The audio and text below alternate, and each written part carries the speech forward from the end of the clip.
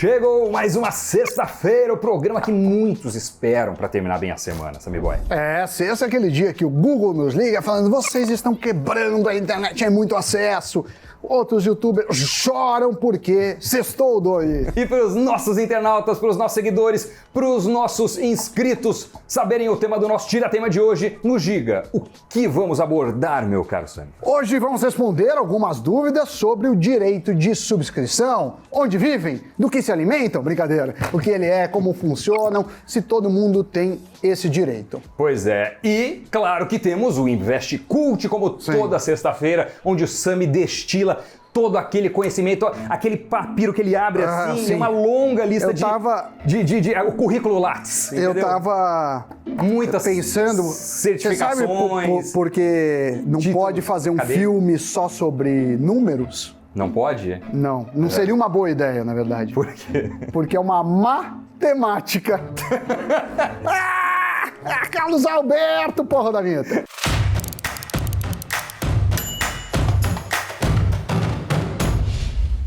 Então, amiguinhos e amiguinhas, depois dessa introdução muito alegre, muito festiva, vamos à primeira pergunta, que é da Leda Vieira. Já temos o Tira-Tema aqui, olha.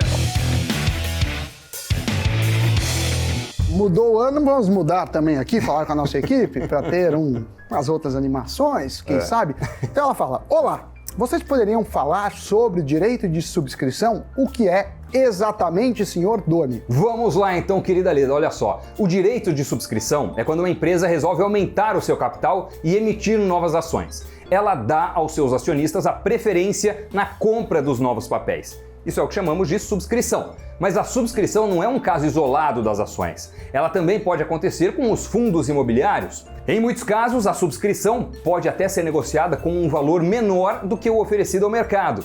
Isso significa que os seus acionistas poderão pagar um preço menor e, portanto, melhor do que os novos investidores que nunca compraram ou que não possuem naquele momento a ação da empresa ou a cota do fundo da respectiva companhia. Temos uma próxima pergunta, Sammy Boy. Quem mandou agora foi o Joel Henrique. Ele faz a seguinte questão. Diga.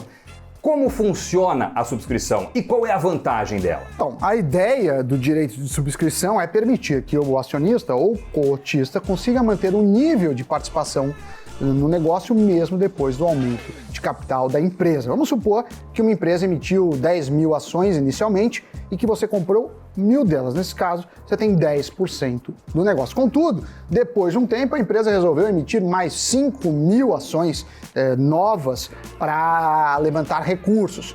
Com o aumento do número de ações para 15.000, a sua participação, que antes era de 10%, passa a ser de 6,66%. E aí, Dona, é nesse exato ponto que entra o direito de subscrição. Ou seja, ela permite que você tenha preferência para comprar mais 500 ações e assim manter o nível de participação que tinha antes dos papéis serem disponibilizados. Toda vez que uma empresa decide fazer novas emissões de ações ou cotas, ela disponibiliza aos seus cotistas antes do mercado. Além disso, muitas empresas oferecem os seus papéis a um valor mais vantajoso aos investidores. Vale ressaltar que o investidor não é obrigado a participar. Mas vamos à próxima pergunta, que é do Leonardo Oliveira. A pergunta é: vale a pena participar do processo de subscrição? Boa pergunta, Leonardo. Olha só. Aí vai depender da sua estratégia, né? Cada caso é um caso. A vantagem de participar do processo é poder comprar novas ações ou novas cotas por um preço às vezes mais atrativo, logo menor que o do mercado. No entanto, se a companhia não tem apresentado bons resultados financeiros, se o cenário não tem sido favorável, se a perspectiva não é lá muito positiva, talvez seja melhor repensar essa possibilidade. Você não precisa necessariamente exercer seu direito. É um direito, você escolhe se quer ou não, se faz sentido aumentar o seu patrimônio e a sua exposição àquela empresa, né? Não adianta você ter mais papéis de uma companhia que demonstra risco mais elevado do que o potencial retorno que oferece dentro da estratégia que você pensa no seu patrimônio. Outra coisa, quando o direito é vendido, o direito de subscrever abaixo do valor de mercado, obviamente você tem um ganho, mesmo que você não queira ficar. Se o ativo vale 15, você pode subscrever a 10, você vai ter um ganho de 5, ainda que você não queira deixar em carteira. Então tudo depende das condições da subscrição. Exato. Tem uma outra pergunta aqui da Paty. Vejo que as empresas colocam um prazo quanto ao direito de subscrição. O que acontece depois de passar essa data, Sammy Boy? Toda empresa, ao lançar o direito de preferência, ela define uma data de vencimento para que o cotista ou o acionista tenha que demonstrar interesse para exercer esse direito. Passado o período, o direito vira pó, no jargão do mercado, ele é extinguido. Então, funciona muito próximo com uma opção no sentido de ter uma expiração. A Letícia Batista nos pergunta: eu li que posso vender o meu direito de subscrição, não sei como eu faço. Não sei se vale a pena ou se é muito burocrático. Doni, me ajude, por favor. Essa parte foi o Sammy, que não foi a Letícia. Mas olha só, sim, você pode negociar a sua preferência, sim, você pode vender o seu direito de subscrição. E isso pode ser feito pelo home broker da sua corretora. Só é necessário se certificar que a companhia, de fato, disponibilizou o direito de negociação para terceiros, tá? Então, eventualmente, isso não pode estar disponibilizado, às vezes pode estar disponibilizado. Se estiver, aí você consegue fazer essa operação. Se a resposta for sim, portanto, você vende da mesma forma que venderia uma ação. Tem lá um código, né? Você precisa se atentar quanto ao prazo estipulado, precisa ficar de olho no código para fazer essa negociação, mas é aí mais uma alternativa que você tem, caso não queira exercer para si este direito. E outras pessoas podem comprar direito. Então talvez você esteja na outra ponta, você quer comprar o direito, fique sempre atento.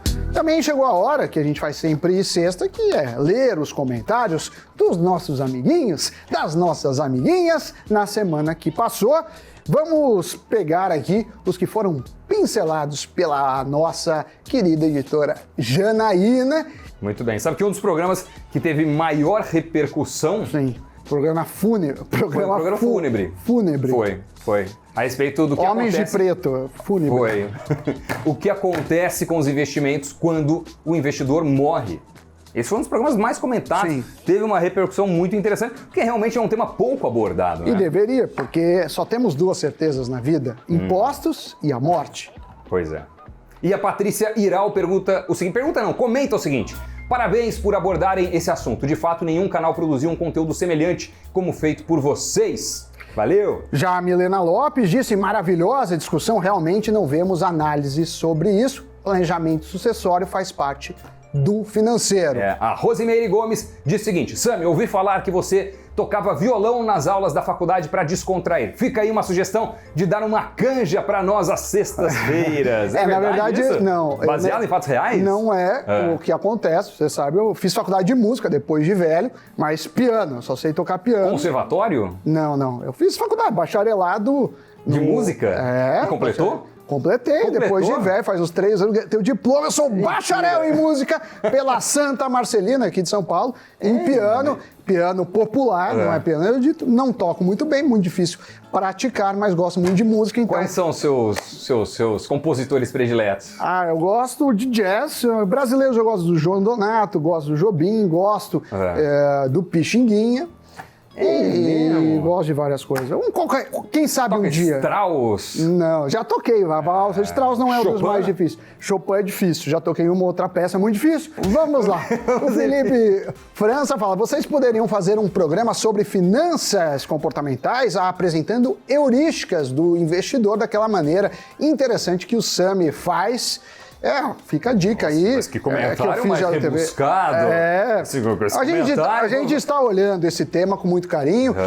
Tivemos na nossa última reunião de pauta, veio à tona, então em breve aguardem.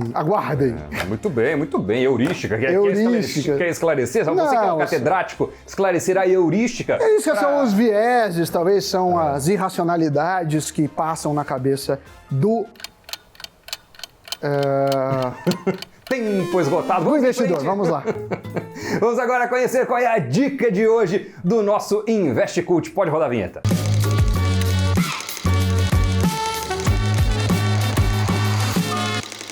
Vamos lá, Doni, o que temos para hoje? Temos para hoje uma dica de papel.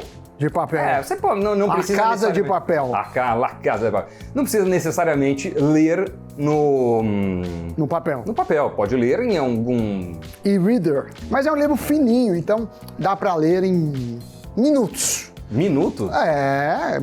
Minutos. Talvez. 2.000 minutos? Talvez. Não, uma hora e meia acho que dá pra ler, 2 horas. É pequenininho. Diagonal, dinâmico ou não? É pequenininho, é o Axiomas de Zurique do Max Günther. Ele revela quais são os maiores segredos dos banqueiros suíços e como eles ganham dinheiro, Doni. A obra mostra alguns princípios, algumas regras para diminuir os riscos e aumentar os lucros nos investimentos. É um baita de um clássico, é um livro, assim, eu diria que obrigatório para qualquer investidor. O autor mostra a importância em assumir e gerenciar riscos e não evitá-los. Ou como você mesmo diz, quem não morre não vê Deus. É isso. E o livro tem este nome, os axiomas, por quê? Porque ele traz 12 axiomas ou 12 regras principais para você, investidor. Essas regras abordam desde saber a hora certa de abandonar o barco até questões sobre intuição, ganância, risco, previsões e tantos outros temas ligados ao mundo dos investimentos. Nós sabemos, Sammy Boy, que a Suíça é um país muito interessante. Eu acho que é um dos países mais bonitos do mundo. Sim. Um dos cenários mais lindos que eu já vi nas viagens por aí, naquele tempo em que se viajava para o exterior, né? Passado, nos Alpes. Era uma coisa muito, muito bacana. A imagem era realmente extraordinária. Suíça muito conhecida por fazer bons chocolates, por fazer relógios e canivetes de qualidade. E seus bancos, né? Bancos suíços. Não é? Então, é um dos países mais ricos do mundo. E o livro tenta mostrar aí como eles fizeram. É uma leitura fácil, rápida, interessante, indicada, tanto eu como o Doni já o lemos. Você também já leu os axiomas de Zurique? Responda aí. Queremos saber. Sim, e deixe também a sua sugestão de InvestCult. Não é porque o arsenal acaba. O arsenal acaba. O Sammy tem uma memória de elefante. De elefante com Alzheimer. Já estamos com um ano de programa, então precisamos sempre desse input de vocês, tá certo? Então comentem aqui se vocês têm alguma indicação bacana para o InvestCult, tá certo? Vamos em frente? Vamos. Então, já aproveitando que a gente está falando disso, deixa o like, compartilhe, comente e agora chegou a hora do Giro de Notícias. E o Nubank, o maior banco digital independente do mundo, anunciou ter atraído uma nova rodada de investimentos de 400 milhões de dólares. Essa captação, chamada de Série G, coloca o banco digital como uma das 5 instituições financeiras mais valiosas da América Latina. Agora, o Nubank é avaliado em cerca de 25 bilhões de dólares, o que a coloca à frente do Banco do Brasil e do BTG Pactual. O banco digital deverá acelerar ainda mais sua expansão internacional. A Heineken adotou o modelo de home office definitivo para todos os funcionários administrativos. Segundo a empresa, após a pandemia, o sistema de trabalho em casa deverá ser o novo normal. Apesar de ser uma decisão definitiva, a Heineken não irá se desfazer dos seus escritórios. Eles se tornarão hubs de acomodação e de encontros entre os funcionários e os colaboradores.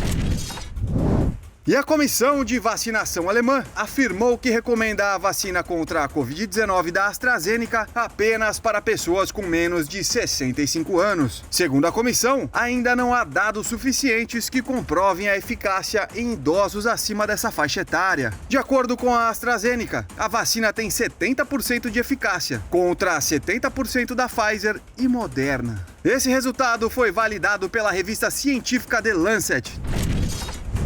Depois do Giro de Notícias, hoje é sexta-feira, ontem, quinta, teve mercado, teve compra de ações, teve venda de ações, teve negócio sem dólar também. Teve tudo, vamos dar uma olhada no fechamento do mercado.